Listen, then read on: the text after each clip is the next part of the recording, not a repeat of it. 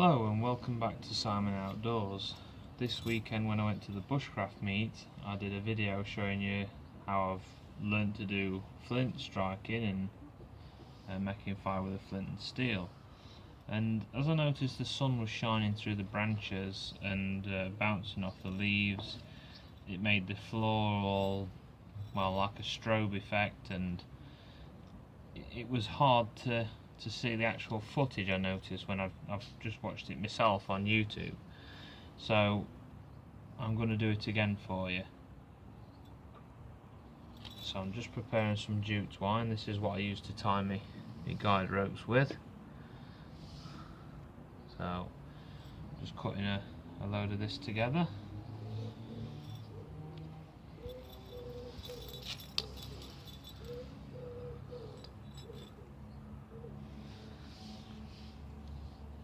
I'm just going to start pulling it apart to expose the fibres. Now what I've also done, someone said about my steel that I'm using, which is a piece of a file, they've said it'd be better if it had a curved edge, because it's a flat edge, and when I'm hitting the flint it's more chipping it off than just striking it and, you know, having a rolling effect. They said to roll it with your wrist rather than hitting it like that.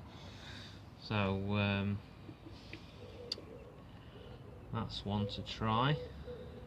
So what I've done is I've come home and I've done it with the little angle grinder, and I've also put on the tabletop grinder that I use for my knives, and I've grinded a round edge onto it. So I'm hoping that'll work, but because it's still weighty, I wanted to lose some weight on it, and I thought rather than grinding it, it'd be really cool if I could drill some holes in the middle, and you know, it'll make it look good, but it'll make it a lot lighter as well. That's only for carrying around, but with it being really hard, the file, I can't drill it, not with my drill bits. So I'm just getting this bundle together.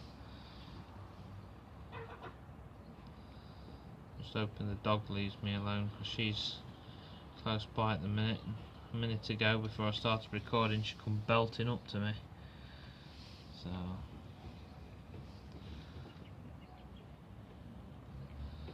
just pestering the chickens at the minute, and while she's pestering them, she's not bothering me.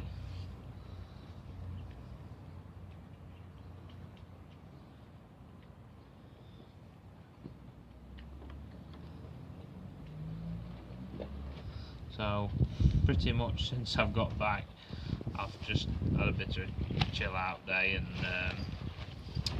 that wind's getting up like with trouble this weekend. Yeah, I've been looking on Facebook and on internet for strikers, but ones that I really like, really. I mean, the design that I was thinking of doing, with, you know, like you'll see in a minute when I'm going to show you what I've been using. I think that's enough there. So I've just put it all in this little leather pouch, but what I've got in here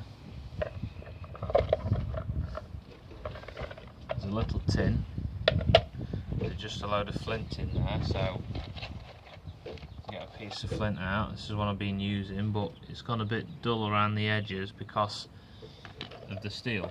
Now you can see what I've done to the steel, the file. It had both straight edges, and you can see I've put a curve, so when I strike it, it'll hopefully glance off that way. It'll hopefully glance off rather than that way, which is hit. It really ain't got anywhere to go, as that way it can glance off. So this is the first time, Scout's honour, that I've tried this since I've grinded it. But what I wanted to do is have one like this and have like bigger holes in the middle, and then going out to little holes. But I mean, if you change the hardness of the steel, you could, and then made it, made it soft, you could probably drill that then, but then you'd have to like re-harden it, I suppose. So, well, I like it because I've made it myself. It's cost me nothing, as these other ones are about 20 odd pounds. So, get some char cloth now. I've got a carrier bag, I think, still full in the shed, or I brought it in. I'm just going to sit the char cloth on top of the flint. I'm looking for a sharp edge to work from. Hold my char cloth nearby, and I'm going to start striking.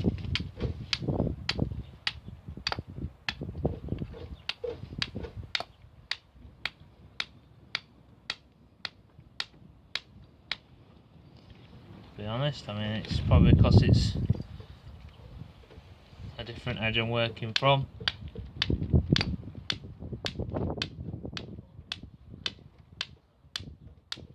Or it's windy, I don't know. I just broke off a really sharp piece of flint. Oh. If I use the back edge, the straight edge, oh, caught it straight away there, look. So, people have said, oh, use a round one, but I've just done it with a square one. Flat edge, sorry. So, if I use that, I've got best of both worlds. So, put that in there. What I'm going to do is, see it glowing. I'm going to wrap it up like that. Keep it nice and warm, get rid of the dog.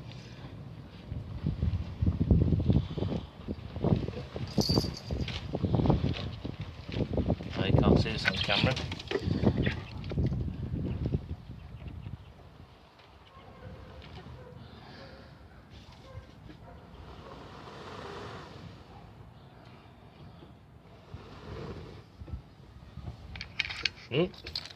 There we go. That's how easy it is to make fire. And I say how easy it is, it did take me some practice. And like I've just showed you, I was trying before with the flat side, getting good sparks for making fires. I've altered it so it's round, and I'm not getting good sparks. So maybe it's because this is a bit more rough, you can see, and that side's obviously quite shiny because I've not used it much. So I might give the flint a couple of good whacks with it and see if I can get it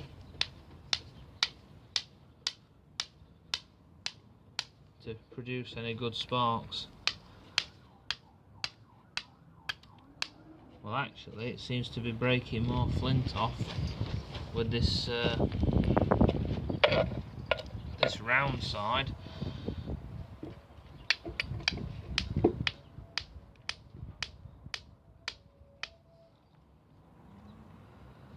Try it on this sharp edge here, the last sharp edge.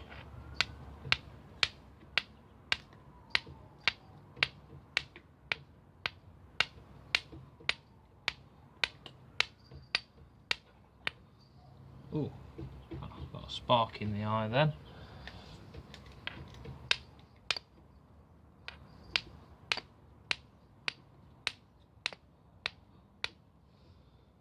But, yeah, it probably wants roughing up, this steel does. Try another piece of flint. Got a couple of pieces of flint. I'll just try it on here with the rounded side.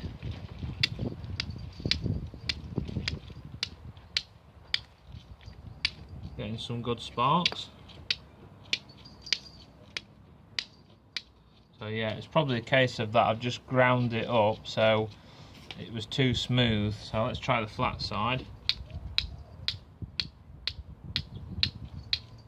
And I'm actually getting a lot better sparks with the flat side, as you can see. Oh.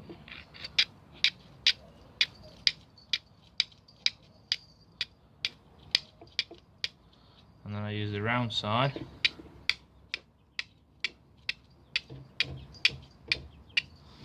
So, I mean, I was told use the, better with one with a slight edge on, and roll your wrist onto it.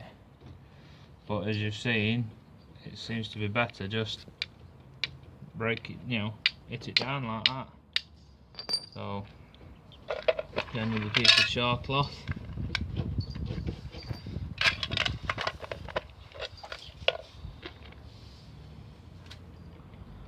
Find a nice sharp edge on here.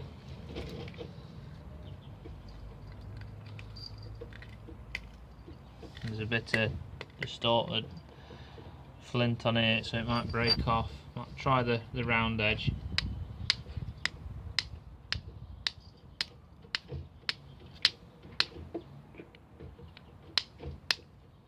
I saw sparks go onto the char cloth, but they didn't catch it. There we go. Oh, sorry, I'm not holding it on camera. So I can leave that to glow on its own, and I can just fluff up a bit of jute twine quickly.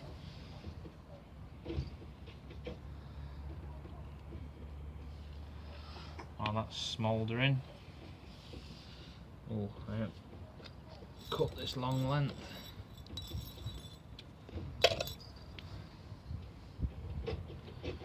Just try and flick it onto this, which is more like rope than a nice little bundle.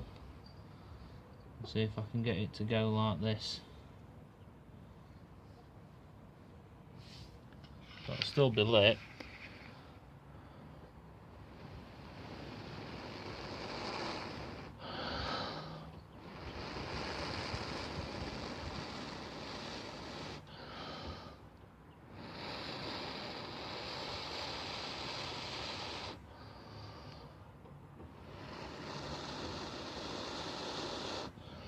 There we are.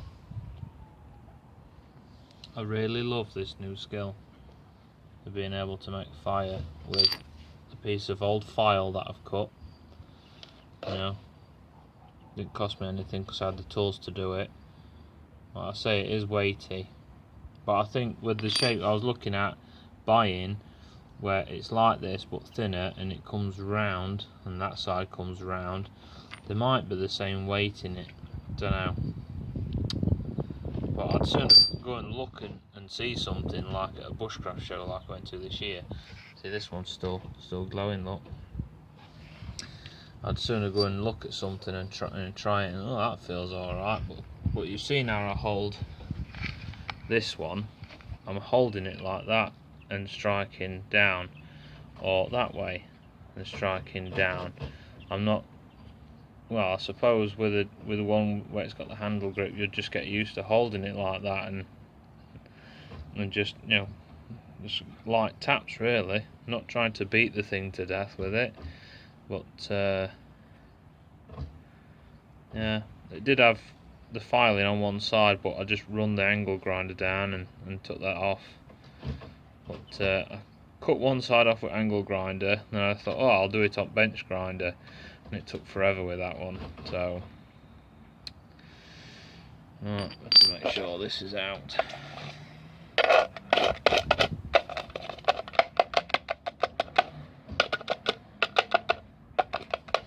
Like I say, I've been preparing lots of char cloth, so I've got a bit in this tin. When I say a bit, that'll do loads of fires. I've got some flint in here as well, some jute twine. So basically, that's my fire kit there.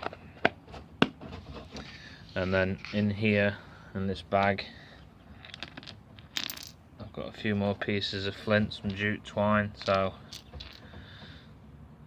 gonna do all right for fire.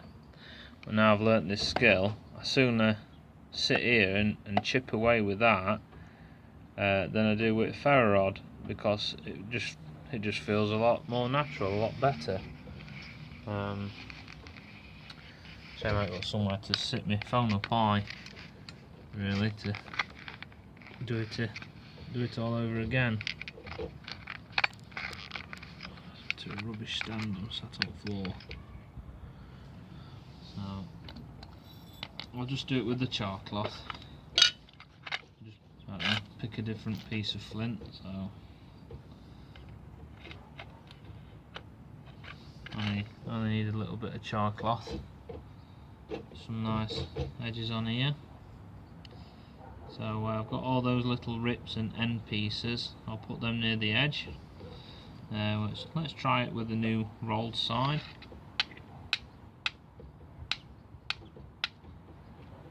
And we caught it already. You see it glowing. You know, there's beautiful flint, a piece of a file, and we've got the start of fire there. Oh, excuse me. Oops, I'm losing my camera. So, brilliant. So I'll say, let's put that out now. Very happy. So, you know, I mean, the guy gave me this tin when he gave me some other bits and bobs in my rucksack. That's the chickens you can hear scratching in there. The flint was given to me yesterday, the jute twine I had because I used it for guide ropes, and t-shirts I charred myself. So, I mean, this, you could probably recatch another spark in that. Sorry, I'm not showing you, in that, and get that going again. But yeah, it's just I wish I could have done what I wanted to with this, drill holes in it to make it lighter. But with having the filing on it, it does give a little bit of grip. I think if it weren't for that, doing that action, it'd just slip out your hands. So, but it helps you grip it when you're getting it a good squeeze. But yeah, where's that little bit of char cloth gone? Oh, this foam stand to fall over. Just got that little in again, so let's get this big piece of flint. You can see I've bruised all the edges on it, they're not sharp anymore, but I'm sure we'll be able to perhaps catch a spark off of it if we try hard enough. Use the flat side. Oh, that wind's getting up. Let's put my lid on the tin. So,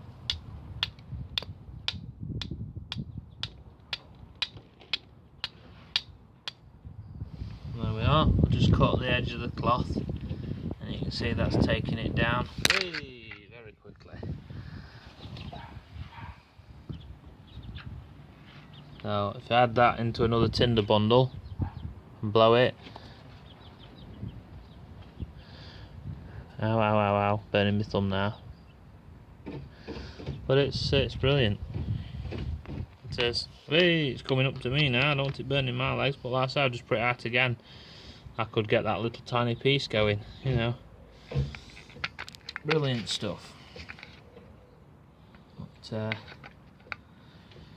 thank you very much for watching Simon Outdoors. I just thought I'd show you the flint and steel again. Put these few bits of flint I've got back in the bag. That flint will last me a long time. Like I said, this is pretty bruised up, but keep beating on it, get a spark, light the char cloth, and away we go. I'd put this little piece back in my tin. Tiny little piece like that will still get going again another day. Fingers crossed it's all out, otherwise my tin will be on fire in a bit. To put my steel striker away. But nice little tin. Fits in there. I cut that down so it fits a lot better, it just drops in rather than having to lean it at an angle and click it in almost. But it does add. It feels light as a feather until you add this in. This is probably about 2 to 3 times the weight just in the striker compared to the actual little kit itself. So, thanks very much for watching Simon Outdoors. Apologies for knocking the camera over, but like I've said, let me just show you. I'm using these little pound shop tripods. I've got the bigger one, but I left that in the car. So I'll just grab this one, but with a bit of a breeze, it keeps toppling it over because I've got it set up like that, and it doesn't take much for it to want to go over. So yeah, up now. I've been looking at a proper bushcraft knife, but I would like a flat grind rather than the Scandi grind. Yeah, I would like a UK legal carry knife as well. I know I could take the lock off this one, but I don't want the blade coming open. So some of the UK legal ones have got maybe a bit of a spring on them, I've seen, so it does hold it in. As without that, this blade just flops out. It's that, you know, I've had it 10 years. It's really bedded in. So I had to sand the handle down to be able to pull the blade out, because you can see how much it's dropped into that handle there. Yeah. So right, thanks very much for watching. We've got to nearly 22 minutes, so I'm going to say bye bye now, and I'll go and get this uploaded for you, so you'll see it better. Thanks very much for watching. Don't forget to share and subscribe to enter in the giveaway for the tinder pouch with fat wood, birch bark, ferro rod, and I've put a 6-sided striker in from Contact Left. That's not a donation from them. I've bought that and stuck that in for you, but please check them out because really nice company. And maybe another time in one of the other giveaways I might put a kit together like this, because I've got some more file in the shed, so you know, I could put you a kit together like that for somebody, and that'll be probably a competition prize. Thanks very much for watching. Hope you enjoy the outdoors. Get out there, do some bushcraft. I'm at work tomorrow, but as you probably heard, I work in a garden, so might get to do some den building or firelighting. I don't know till I get there. But bye.